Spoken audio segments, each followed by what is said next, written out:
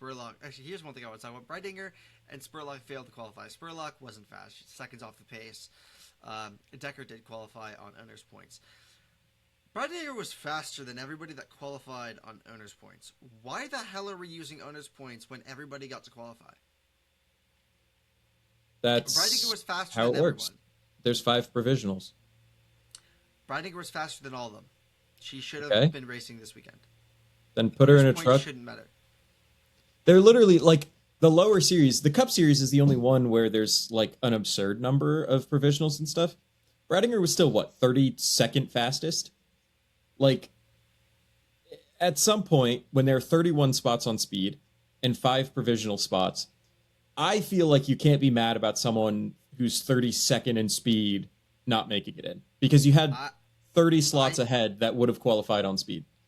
I think you should only be qualifying on speed, because if you were not fast enough and you just get it on the freaking provisional, that's not fair if someone was faster. It's just not. I'm fine with the provisionals existing. I'm not. I don't give a damn. I think provisionals should be given to teams that, like Ram. Like Ram. This is crazy to me because I swear it was last week you were arguing that any full-time driver should be in the race no matter what and shouldn't have to qualify. But now you're against the concept of provisionals entirely. Like, where's the middle ground? Yeah, because Breidinger, I'm pretty sure, is full-time. No. Still. Is she not full-time still? I swear she got multiple rides. No, she's driven a couple races, but she's full-time in O'Reilly, isn't she? Breidinger? No, not full-time, but she, I don't think she's full-time in anything this season, but she definitely has raced a few O'Reilly races.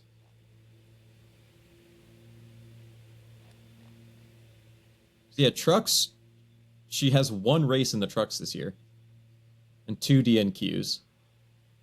Where has she been racing? I thought she was full-time. I swear we covered a story prior to the season starting that she got a full-time ride. Is that not? Nope. We must have been talking about someone else, because I don't know why I thought I remembered that too. But no, she hasn't entered an O'Reilly race either, so. Hold up. I'm gonna look at this up. I swear to God it was Tony Breidinger that we covered. That got a full-time ride. There's no way. Nope.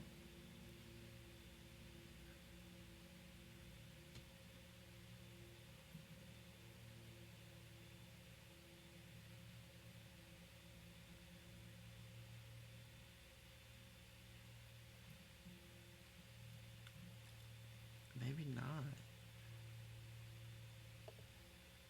Huh. Maybe it was someone else. But I swear it was Tony Breidinger. That... I guess it was a part-time schedule that she was running, I guess. Yeah. Okay. Well, either way, I think it should, I think you should only get provisionals if your car isn't, if you're new to the sport and your car isn't fast enough, like a Ram. Ram, fine. But, she was faster than the 5 people who qualified. Then how do you square that with last week you were arguing that people who are running full-time shouldn't have to qualify? Natalie Decker made it in. She's not full-time.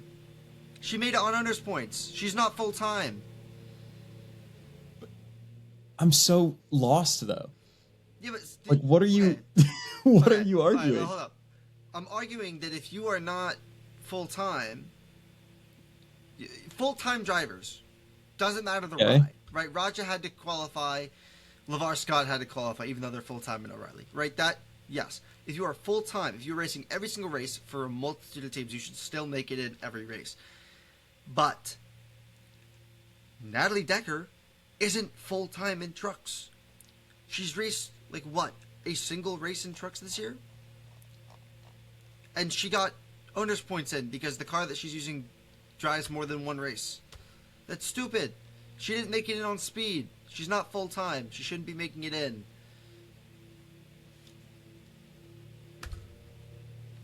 I mean, that's interesting. That opens up to a way larger conversation about how in all motorsports the entry is car-based and not driver-based, and that would be a fundamental change to that,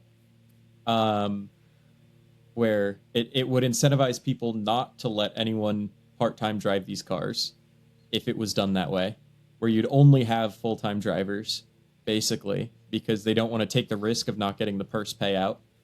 You know, there's no benefit to them of letting someone else race for a race.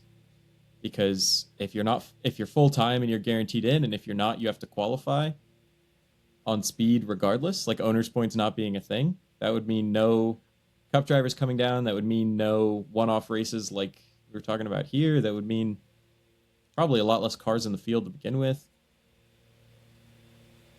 I'm not saying that people can't come down from Cup. I'm just saying, like... But what you're proposing is saying that, you should be able to get on... No, it's not. I'm saying full-time drivers get guaranteed.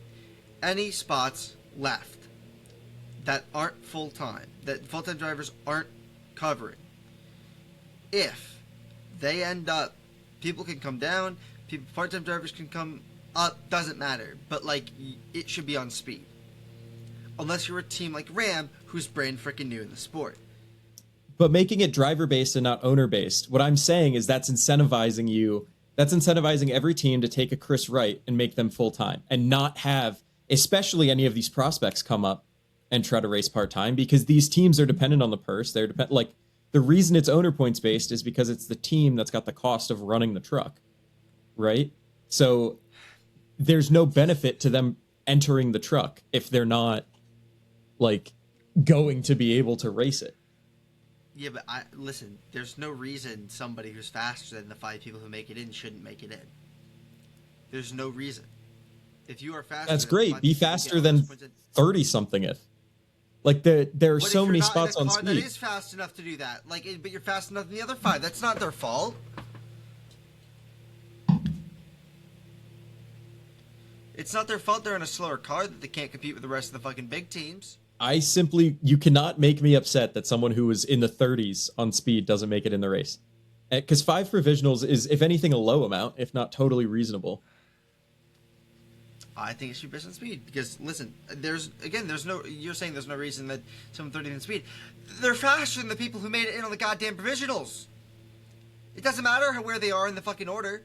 If their car isn't fast enough to be faster than the full-time guys, there's no reason, but they're faster than the part-time guys, there's no reason they shouldn't make it into the race. It doesn't matter about owner's points at that point. Like, if you are fast enough to make it in over anyone, you should make it in. You're telling me that if F1 did that, like I say F1 had part-time drivers, you're telling me that a fucking Nikita Mazepin on a part-time schedule should make it in over a goddamn Oscar Piastri or... F1 doesn't have qualifying. Over Cadillac, yeah, but I'm comparing F1 to this because there's a lot more disparity between the good and the bad. There's just no comparison to make there. There is. That's as apples and oranges as it gets in racing. No, it's not, because if you go back 20, 30 years, there were multiple teams that had to qualify their way in. It wasn't like it was like NASCAR. Teams had to qualify their way in, drivers had to qualify their way in. You're not guaranteed a spot. You shouldn't be guaranteed spots if you're not full time. It's not fair to the people who are faster than you. You're telling me that if you are faster than, you know, say there's 5 provisionals, you're not in a fast enough car to beat the full time guys, but you are fast enough to beat the people who are vying for, you know, the remaining part time spots, and you don't make it in. You're telling me you're fine with that? I wouldn't be. I personally am fine with the 45 truck that shows up every week with Ross Chastain driving it, getting in this race over Tony Breidinger. I'm fine with that.